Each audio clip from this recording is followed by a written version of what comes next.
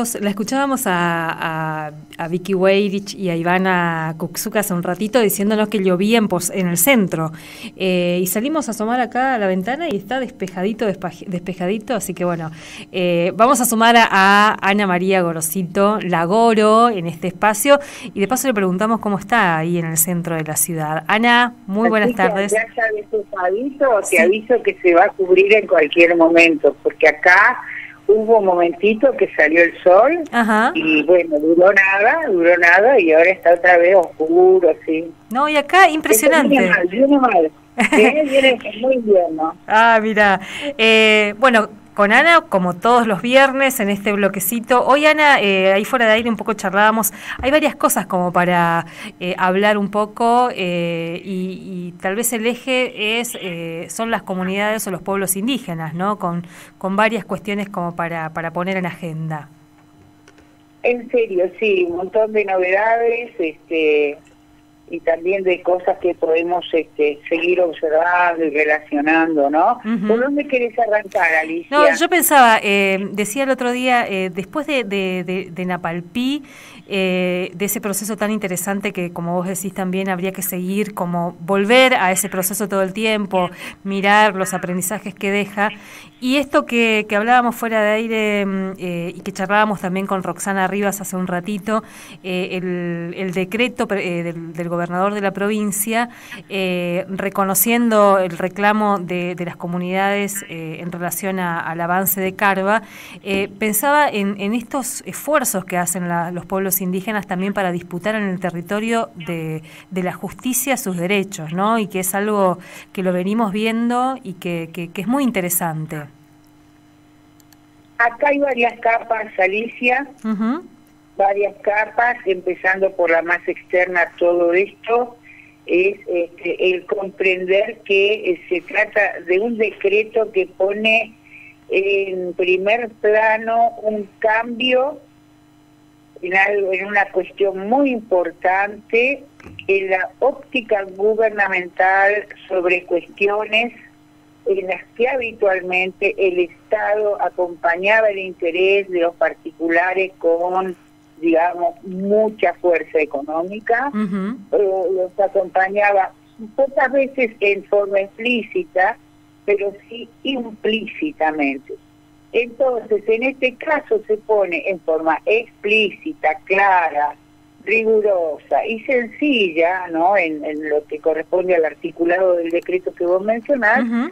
de un cambio de perspectiva, que yo celebro porque lo quiero suponer como una nueva ética, presidiendo las decisiones en las que el Estado vuelve a estar donde debería estar, es decir, en el lugar de árbitro, uh-huh.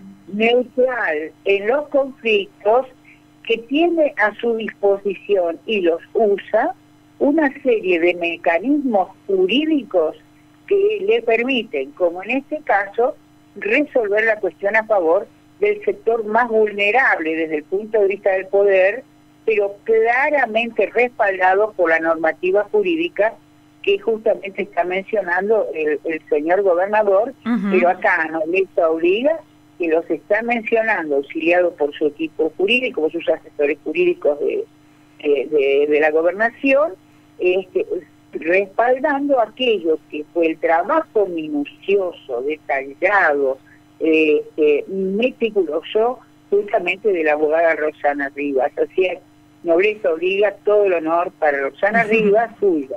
Argumentación le ha permitido, esta vez, en la situación de un gobernador a quien quiero ver en este momento como haciendo de árbitro neutral y jurídicamente bien informado, en el reconocimiento del derecho de las comunidades. Uh-huh. Básicamente, el derecho a que cualquier modificación en el espacio donde tradicionalmente viven, cualquier modificación requiera de su aceptación a través de los procedimientos ya reconocidos internacionalmente, es decir, la consulta libre, previa, informada, debidamente notificada, con antelación, etcétera. Entonces, por eso decía, esta es la primera capa, la capa externa, que es muy auspiciosa, porque nosotros, la ciudadanía, necesita de un Estado que actúe como un árbitro neutral, pero amparado y respaldado por la normativa jurídica. No más la arbitrariedad del Estado y sobre todo el peso de un Estado corriéndose hacia para el beneficio del poder real. ¿Sí? Esto es muy bueno para toda la ciudadanía, sean o no sean, comprendan o comprendan la problemática de los pueblos originarios. La segunda capa, más haciendo hacia abajo, tiene que ver con algo que comentamos el último viernes, Alicia, no sé si recordarás, yo te planteaba el inmenso esfuerzo intelectual, en este caso, de los pueblos del Chaco involucrados en este juicio, por poner en términos, digamos, comprensibles para la sociedad no indígena, y sobre todo poner en términos comprensibles desde el punto de vista jurídico aquello que forma parte de su reclamo histórico, de su memoria histórica. Esto es un inmenso esfuerzo intelectual que raras veces se encuentra del otro lado, es decir, de parte no aborigen respecto de la traducción de lo que esos pueblos desean. Así que una vez más aparece esto, ¿no? Aparece el hecho de que hay un tremendo esfuerzo por poner en claro aquello que aspiran por parte de las comunidades, una interpretación correcta y adecuada del abogado que los representa para ponerlo en términos jurídicos muy difíciles de comprender para todos nosotros, por mucha formación que tengamos, salvo que vengamos del plano del derecho. Y aún así, creo que hay que ser un especialista para seguir bien este discurso jurídico y sus vueltas. Y en tercer lugar, una vez más, la indiferencia en muchos sectores de la sociedad, en este caso los representantes del poder real y de algún sector de la administración, de gobierno y de la justicia, la indiferencia respecto de los nombres de las localidades, de los sistemas de autoridad, de los nombres de los representantes, es decir, una especie de soberbia que se traduce en estos hechos justamente en los que se apoya la abogada, se traduce en el hecho que las notificaciones no llegan, las notificaciones están mal libradas, los nombres están mal indicados, es decir, vos sabés muy bien que el escrito jurídico es un escrito donde un error puede conducir a la desestimación de aquello a lo que se pide. En este caso, el error es cometido en el sentido de la indiferencia respecto de aquello que se coloca como la representación, digamos, política de las comunidades a las cuales se refiere. Esos escritos son una vergüenza desde el punto de vista de la disciplina, de la mala formación, del menosprecio, de la soberbia de muchos de sus funcionarios públicos. Y Ana, bueno, digamos, todos ellos dentro del Ministerio de Ecología, que en eso no nos está planteando ninguna clase de novedad. Para los que observamos su accionar desde fuera, y prácticamente, no digo desde el momento de su fundación, porque la intencionalidad con la que este ministerio fue en su momento y ya en democracia fundado, no era esta intencionalidad en la que fue derivando poco a poco en esta soberbia, en esta indiferencia respecto del avasallamiento de derechos de los pueblos originarios, pero también de los campesinos. Acá seamos claros, en general, digamos, de la población vulnerable en general, ¿no? Entonces, bueno, esto también es importante para ser resaltado. Y la capa más profunda obviamente es la que tiene que ver con los propios pueblos y los entornos ambientales en los que ha transcurrido por milenios su vida y que esta vez se encuentran amenazados por formas brutales de destrucción del monte nativo en nombre del progreso, amparados en zonificaciones, no sé si la audiencia lo sabe, esas 3 zonificaciones que fueron establecidas entre Gallos y Medianoche en la provincia de Misiones, pese a que en la propia ley de monte nativo establecía los mecanismos a través de los cuales debía hacerse zonificación en zonas rojas, amarillas y verdes, como las luces del semáforo. Rojas en las que de ninguna manera se podía entrar, y este es el caso en el que estamos hablando,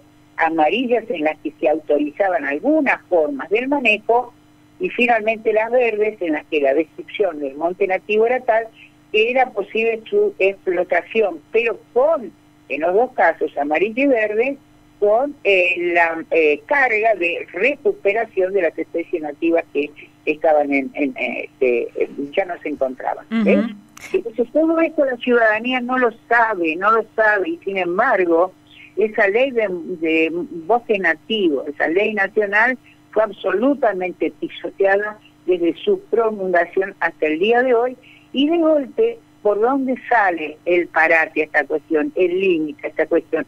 Justamente en esta resistencia de las comunidades de Caatupé y todas las demás, de las 5 comunidades que aparecen mencionadas en esta decisión sabia, inteligente, finalmente, de acuerdo a justicia, del señor gobernador de la provincia de Misiones. Bienvenido sea, lo celebro absolutamente.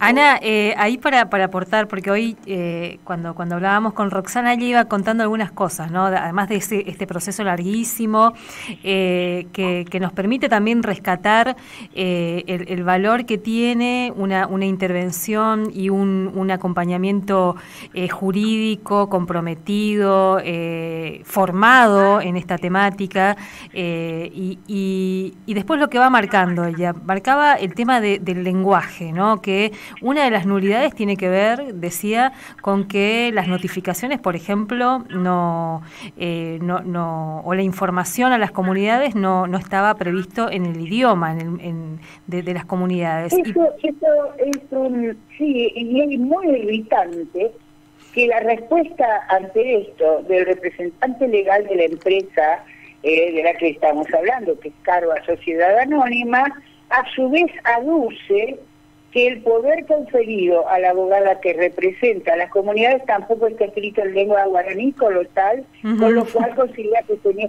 Es decir, y esta no es la primera vez que lo veo, los grandes avasalladores del monte nativo, con sus habitantes de toda la vida ahí, sean indígenas o campesinos, cuando uno se los corre por derecha, reaccionan como si fueran los primeros indigenistas, los más ilustres de los indigenistas. Notablemente acá diciendo, bueno, pero usted tampoco escribe en guaraní, por lo tanto lo suyo no es válido. Es decir, dando vuelta de manera muy perversa el argumento. La otra es el modo como se comunican esas citaciones que critica Roxana en el boletín oficial. Yo le preguntaría a tu audiencia y ahí a tu equipo que está ahí, ¿se enteran de las cosas que van a afectar su vida en forma inmediata o inmediata porque leen el boletín oficial semanal? No se enteran de esa manera, nadie se entera. Si a mí me cita mañana porque dicen, qué sé yo, que maté a una anciana vecina, y bueno, yo estoy frita porque va a salir en el boletín oficial y yo no me enteré, ¿no es cierto? Es decir, los ciudadanos comunes y corrientes no nos enteramos, y mucho menos gente que vive en el interior, y mucho menos los guaraníes, porque para ellos, nosotros que somos el pueblo de papel, y así nos llaman, ustedes los uruguayos son el pueblo de papel, de Cuatiá, le dan más importancia al papel que a la palabra, con lo que indican que poco les interesa a ellos el papel, y saben muy bien que poco respetamos aquello que escribimos, y mucho menos que poco respetamos aquello que siquiera decimos, ¿no? De ninguna manera se van a dar por informados a través de un cuatiá, de un papel, ya sea una notificación tirada de cualquier modo, escrita a la Bartola, sin tener claramente a quién está dirigido, o peor, en algún diario de tirada provincial. ¿Quién compra hoy el diario? Por favor.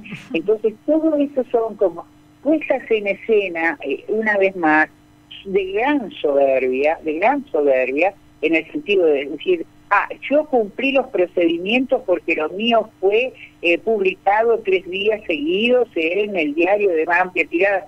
Esto es nada más que una formalidad, y quienes hacen esto lo saben, ¿no? Una soberbia entonces a la que se suma la indiferencia. Y sí, sería así el argumento. Y si no se enteran, a mí no me importa, porque yo el procedimiento lo cumplí. Totalmente. Ana, y lo otro que...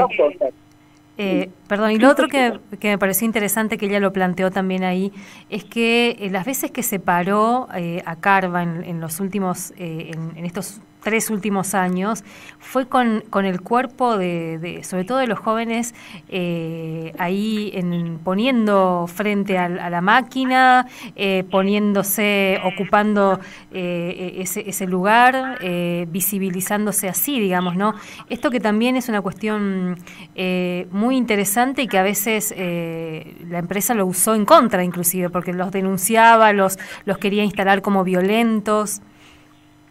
¿Te acordás? Creo que fue el año pasado, y te pediría que me lo corrijas si estoy equivocada, un recorrido justamente de adolescentes y niños de 10, 12 años de la comunidad de Calatupé que van a recorrer sus senderos a ver sus trampas, panales de abeja, etcétera, y que entonces personal que nunca se dio a conocer como personal de la empresa, pero por alguna razón estaban en esa zona apostados y armados, no eran intrusos brasileños que venían a cazar guasunchos, no, era evidentemente tenían alguna función ahí, los atacaron a tiros, ¿no? Y por suerte no hubo víctimas, salieron disparando, llegaron los niños particularmente asustados y traumatizados por el episodio de violencia que habían vivido, es decir, también hubo un amedrentamiento criminal absolutamente ilegal, y nadie se va a hacer cargo de esto, pero claro que todos deberíamos reconocer este hecho, esa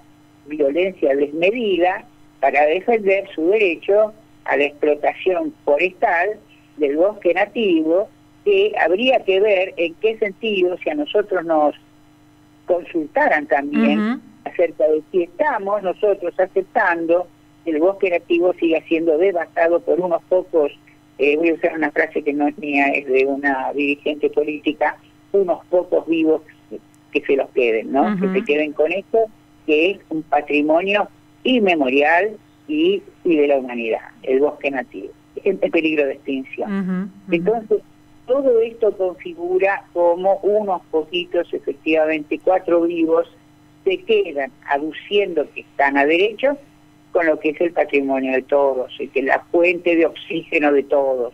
Entonces todo esto es muy grave, y por eso mismo, Alicia, creo que hay que celebrar, hay que felicitar a las comunidades que insistieron.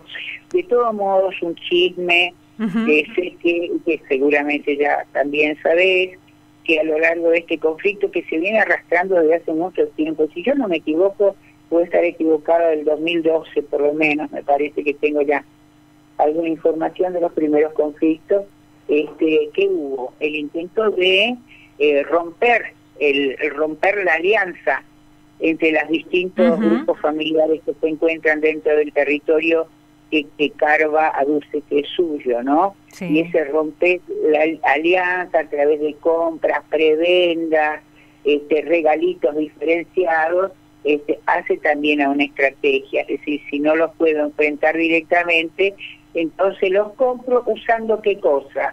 Usando a mi favor sus debilidades, sus vulnerabilidades, sus extremas vulnerabilidades. Y pongámonos de acuerdo, esas vulnerabilidades no surgen de la incapacidad de los guaraníes para proveer a su propio sustento, a su propia reproducción, sino que parten de la vulnerabilidad a la que los hemos ido sometiendo a lo largo de los siglos, y que particularmente hoy los agentes de ese sometimiento son estas grandes empresas ávidas de la explotación del monte y el territorio misionero. Y además pensaba y en un contexto en el que hay toda una serie de discursos y de puestas en escena también, donde desde querer tumbar la ley de emergencia de territorios indígenas, seguir cargando contra las comunidades y los pueblos indígenas, aparecen esto, ¿no? Yo insisto con lo de Napalpí, que me parece que es re interesante, interesante porque hay tanto para aprender ahí, y estas otras luchas que son también cotidianas y que van dejando precedentes, digamos, ¿no? Que tengamos ahora un decreto en el que recupera toda la legislación que está vigente, porque ahí no inventa nada, digamos, ¿no? El Estado está reconociendo que toda esa legislación y el reclamo de las comunidades está amparado por ley vigente, por decirlo así, ¿no? Entonces, en ese sentido, Alicia, aquí entraron en juego, que uno podría también hacer esta lectura, por lo menos 2 oficinas con muchos asesores jurídicos formados, obviamente, ¿no es cierto?, con mucha experiencia, si no, no estarían, sobre todo en derecho administrativo.